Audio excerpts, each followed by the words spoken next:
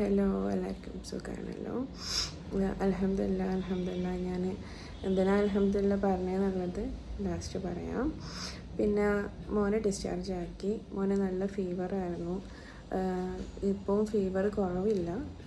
ഇൻഫെക്ഷൻസൊക്കെ കുറച്ച് കൂടിയിട്ടുണ്ടായിരുന്നു. ഇവിടെ എല്ലാവർക്കും പനിയാണ്. എനിക്കും മക്കൾക്കും എല്ലാം പനിയാണ്. അപ്പം ഹോസ്പിറ്റലിൽ അഡ്മിറ്റ് ചെയ്യാൻ വേണ്ടി പറഞ്ഞതാണ്. പക്ഷേ ചെറിയ ബേബിനെ നോക്കാനേ വരാറില്ലാത്തതുകൊണ്ട് പിന്നെ നമ്മൾ ഡിസ്ചാർജ് വാങ്ങിച്ചിട്ട് വന്നു. ഇന്നിപ്പോൾ ഒന്നുകൂടെ കൺസൾട്ട് ചെയ്യാൻ വേണ്ടി പോകാൻ പറഞ്ഞിട്ടുണ്ട്. ഇപ്പോൾ എനിക്ക് തോന്നുന്നു പനീൻ്റെ കൂടെ ഏറ്റവും കൂടുതൽ വരുന്നത് തലവേദനയാണ് എന്ന്. ഇപ്പോൾ എനിക്ക് തന്നെ കറക്റ്റ് 8 ദിവസം ഇന്നത്തേക്ക് തലവേദന മാറാത്തത്. എനിക്ക് ഒന്നാമത് ഈ ചെവീൻ്റെ പ്രോബ്ലം ഉള്ളതുകൊണ്ട് തലവേദന ഇങ്ങനെ ഇടയ്ക്കിടയ്ക്ക് നല്ല സിവിയറായിട്ട് വരാറുണ്ട്. ഈ ഇറങ്ങിയുടെ വെച്ചിട്ട് വോയിസ് കേൾക്കുമ്പോഴൊക്കെ പിന്നെ കുറച്ച് കഴിയുമ്പോഴത്തേക്കും നല്ലപോലെ തലവേദന എടുക്കാൻ തുടങ്ങും. അപ്പം മോനിക്കും നല്ല തലവേദനയാണെന്നാണ് പറയുന്നത്. പിന്നെ ഇനി നമുക്ക് ഇന്നലത്തെ വിരൽ പോയതിൻ്റെ വിശേഷങ്ങൾ പറയാം. ഫസ്റ്റ് അൽഹംദുലില്ലാ എന്ന് പറഞ്ഞത്, ഇന്നേ വരെ ഞാൻ ഹോസ്പിറ്റലിൽ പോയിട്ട് എനിക്ക് ആകെപ്പാടെ ഒരു പോസിറ്റീവായിട്ടുള്ള റെസ്പോൺസ് തന്നത് ഇന്നലെ MVRൽ പോയപ്പോഴാണ്. മുമ്പ് MVRൽ എൻ്റെ ഫ്രണ്ട്സ് എൻ്റെ ഡോക്യുമെൻറ്റ്സൊക്കെ അവിടുത്തെ ഡോക്ടറൊക്കെ കാണിച്ചപ്പം എല്ലാ ഡോക്ടറും പറയുന്ന അതേ രീതിയിൽ തന്നെയാണ് പറഞ്ഞത്. ഇന്നലത്തെ ഡോക്ടറും പറഞ്ഞത് ഒന്നും ചെയ്യാനില്ല എന്ന് തന്നെയാണ്.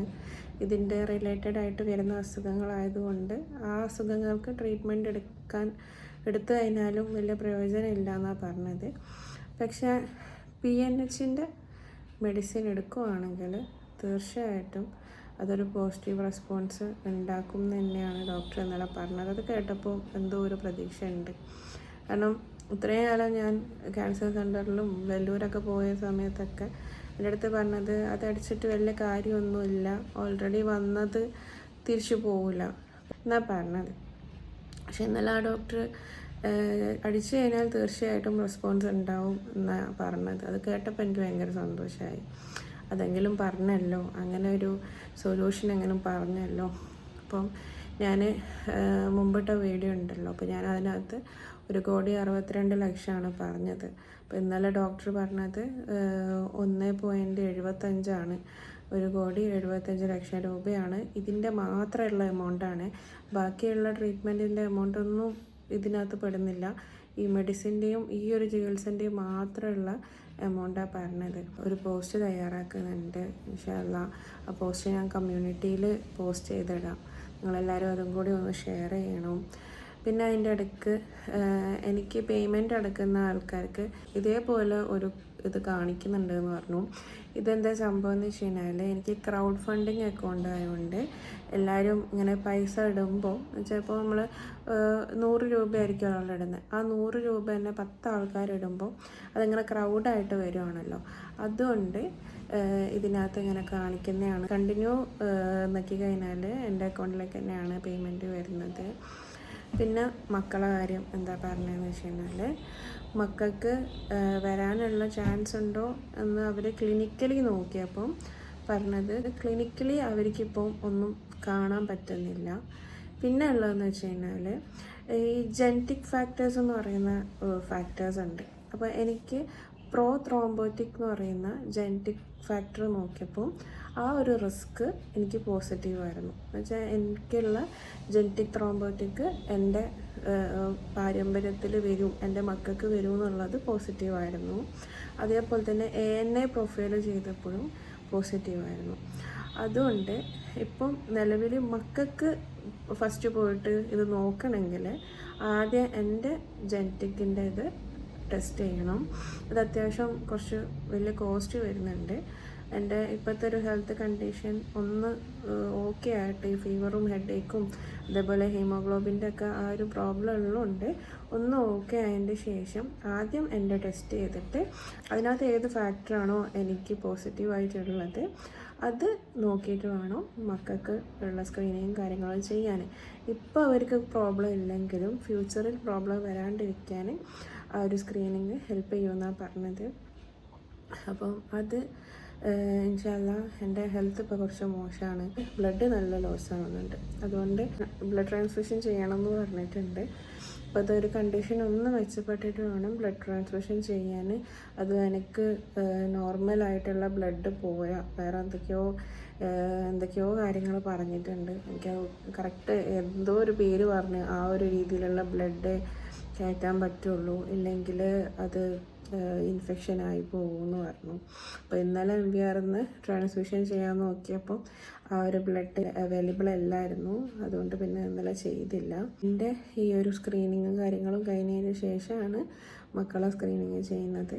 അത് ജനറ്റിക്കിൻ്റെ ഇത് നോക്കുന്നത് അവർ നമ്മളെ വീട്ടിൽ വന്നിട്ട് നമ്മൾ ബ്ലഡ് എടുത്തിട്ട് പോവുക ചെയ്യുക. പിന്നെ ഒരു 15 ദിവസം തൊട്ട് 20 ദിവസം വരെയാണ് അതിൻ്റെ റിസൾട്ട് കിട്ടാനുള്ള ടൈം.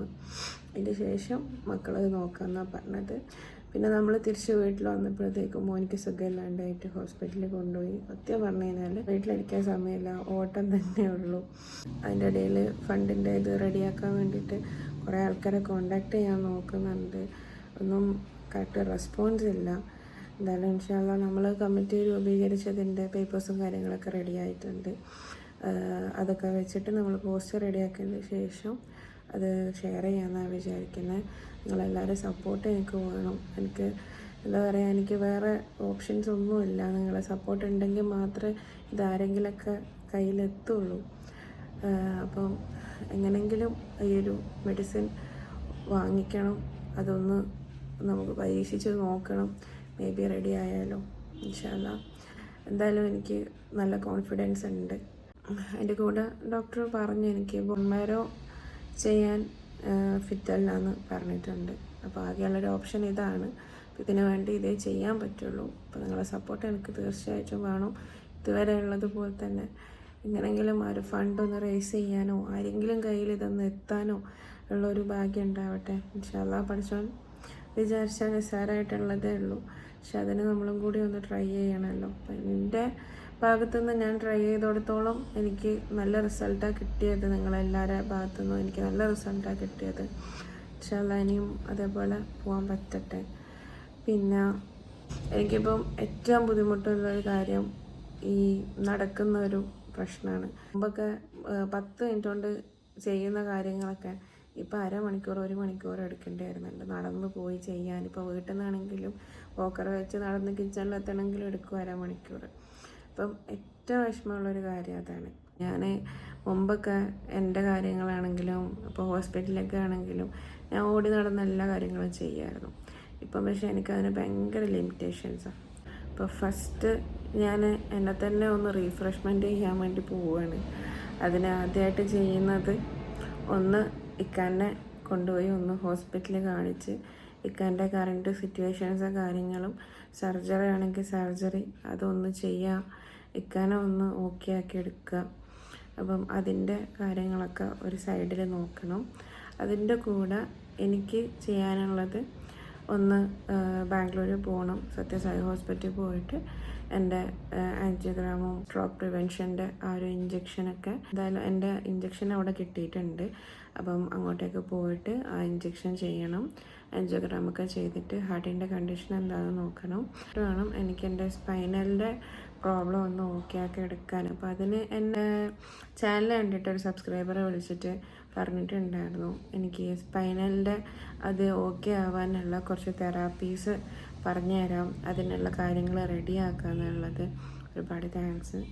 അപ്പം അതൊന്ന് ട്രൈ ചെയ്ത് നോക്കാമെന്ന് വിചാരിച്ചു. അതിൻ്റെ കൂടെ ഈ ഒരു ഇഞ്ചക്ഷൻ ഉണ്ടല്ലോ സ്പൈനലിൽ അടിക്കുന്ന, അതിന് എപ്പിഡ്യൂറൽ എന്നാണ് പറയുന്നത്. നമുക്ക് അവിടെ ഒരു അനസ്തീഷ്യ പോലെ തരുന്നതാണ് പെയിൻ അറിയാണ്ടിരിക്കാൻ. അപ്പം അത് ചെയ്യണം. സ്പൈനലിൻ്റെ MRI ഒന്നുകൂടെ എടുക്കണം. എന്താണ് ഇപ്പോഴത്തെ അവസ്ഥ എന്നറിയില്ല, ആ ഭാഗത്ത് ബൾജിൻ്റെ കാര്യങ്ങൾ. അപ്പം അതാദ്യം ഒന്ന് റെഡിയാക്കണം എന്നാണ് എൻ്റെ ഇപ്പോഴത്തെ ഏറ്റവും വലിയ ആഗ്രഹം. ഞാൻ ഇപ്പോൾ ഒരുപാട് പ്രോഡക്ട്സിനെ ഡിപ്പെൻഡ് ചെയ്തിട്ടാണ് ജീവിക്കുന്നത്. ഒന്ന് എൻ്റെ ഓക്സിജൻ, അതില്ലാണ്ട് ജീവിക്കാൻ പറ്റില്ല. പിന്നെ ഉള്ളത് ചെവിയിലെ ഹിയറിംഗ് എയ്ഡ്, അതും ഇല്ലാണ്ടിരിക്കാൻ പറ്റില്ല. പിന്നെ ഇപ്പോൾ ഉള്ളത് വോക്കറാണ്. ആ ഒരു വോക്കർ ഇല്ലാണ്ട് ഇപ്പം നടക്കാൻ പറ്റില്ല. പക്ഷെ അതെങ്ങനെങ്കിലും ഒന്ന് ഒഴിവാക്കണമെന്നുണ്ട്. അത് ഒഴിവാക്കണമെങ്കിൽ അതിനുള്ള എക്സസൈസും അതിൻ്റെ ഇഞ്ചെക്ഷൻസൊക്കെ ചെയ്യണം. ഇപ്പോൾ ഇക്കാക്ക് വയ്യാണ്ട് ഹോസ്പിറ്റലാണെങ്കിൽ പോലും എനിക്ക് ഡ്രൈവ് ചെയ്ത് കൊണ്ടുപോകാനൊക്കെ ആണെങ്കിൽ പറ്റും. അപ്പോൾ ഇതൊക്കെയുള്ളൂ വിശേഷങ്ങൾ. ബാക്കിയുള്ള കാര്യങ്ങളൊക്കെ ഇൻഷാല്ലാ ഞാൻ അപ്ഡേറ്റ് ചെയ്യാം. എന്തായാലും നമ്മൾ ഫണ്ട് റൈസിങ്ങിൻ്റെ കാര്യങ്ങൾ ഇൻഷാല്ലാ നിങ്ങളെല്ലാവരും എന്നെ മാക്സിമം സപ്പോർട്ട് ചെയ്യണം, ഷെയർ ചെയ്യണം. അതേപോലെ തന്നെ പോസ്റ്റ് ഞാൻ കമ്മ്യൂണിറ്റി പോസ്റ്റിൽ പോസ്റ്റ് ചെയ്തിടാം, അതും നിങ്ങളെല്ലാവരും ഒന്ന് ഷെയർ ചെയ്തിടണം. ജെസ്സിയാൻ്റെ ഹസ്ബൻഡ് ആഷിഖ് എന്നെ കോണ്ടാക്ട് ചെയ്തിട്ടുണ്ടായിരുന്നു കാര്യങ്ങളൊക്കെ അറിയാൻ വേണ്ടിയിട്ട്. ബാക്കിയുള്ള കാര്യങ്ങൾ ഇൻഷാല്ലാ ഞാൻ അപ്ഡേറ്റ് ചെയ്യാം.